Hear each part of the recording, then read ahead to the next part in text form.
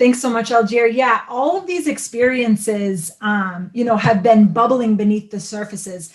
But just like we saw, back when Michael Brown was killed, after George Floyd was killed, we saw, an explosions of movement. Not that he was, exceptionally different than when in February of early last year, Ahmaud Arbery was killed, or when Breonna Taylor was murdered, in the middle of the night in her own apartment.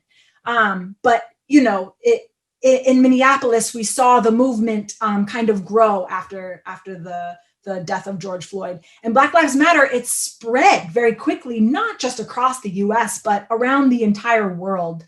So can you talk a little bit more, Eljeer, about the significance of this movement and how and why it got taken up in different countries so quickly, as opposed to the last time after Michael Brown was killed? Right.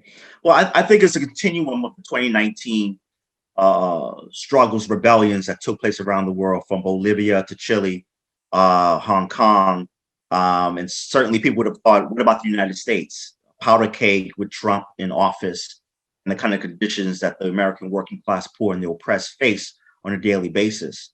And so when George Floyd was murdered, and 8 minutes and 46 seconds, a law enforcement officer with his knee on his neck and two other officers on his body, preventing him to move. I think it was a stark reality for so many, not just in the United States, but around the world, that working class people are being held down by a system of oppression and exploitation.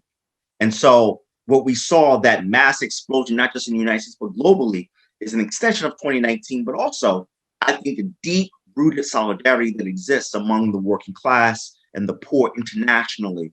And I think from slave traders, statues being torn down in Boston, Britain, from solidarity protests from Hong Kong, Puerto Rico, on and on, it showed the possibilities of working people coming together, and that we have a common history.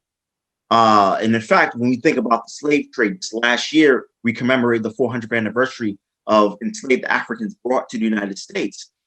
The transatlantic slave trade has many countries involved in that process. And so that's a linked legacy.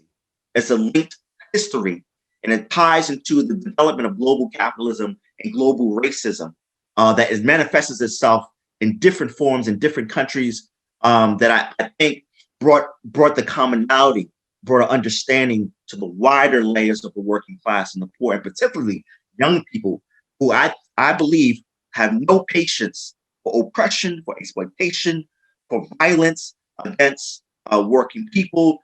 There's a commonality thread of environmental destruction that's taking place, that we're living through. So that's the politics. And George Floyd was just a match that I think ignited a new type of an imagination, and I think took BLM to a higher level, particularly when you saw the budgetary questions being raised around defund the police or even dismantle the police.